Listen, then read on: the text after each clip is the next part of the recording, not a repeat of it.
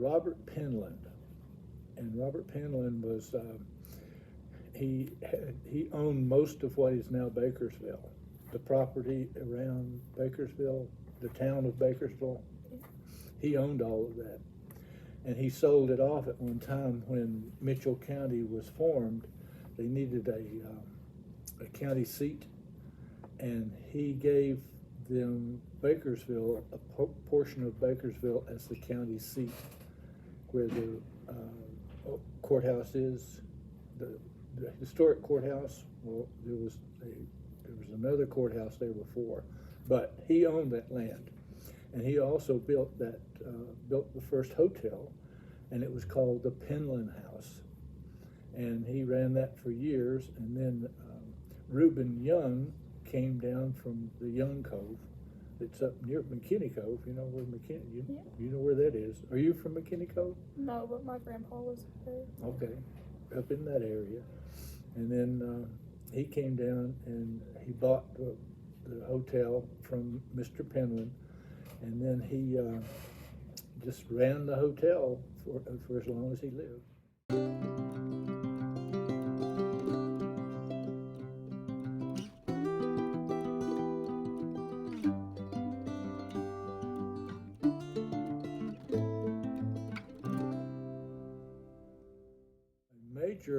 At the time, it was a major hotel. It was, people came in from Tocane.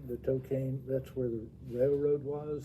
People came in from Tocane, and they stayed there.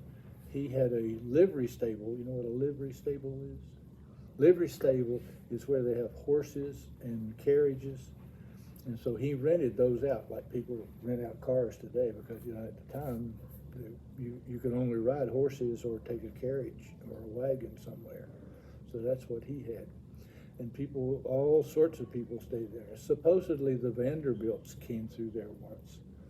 And do you know about the Cloudland Hotel that was up on Rome Mountain? A little bit, yeah. Well, some people came in, especially from the North Carolina side, and they stayed there, and then the next day they would go up to the Cloudland Hotel.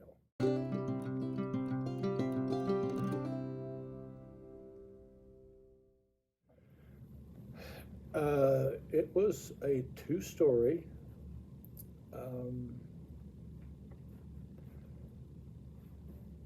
With a front that was, if you look at it in the front, it was had a big porch all across the front, and above the porch there was also what was called a sleeping porch, and that was during when they're in the very hot summertime.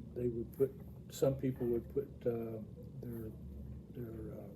bed out there and sleep out there instead of being inside.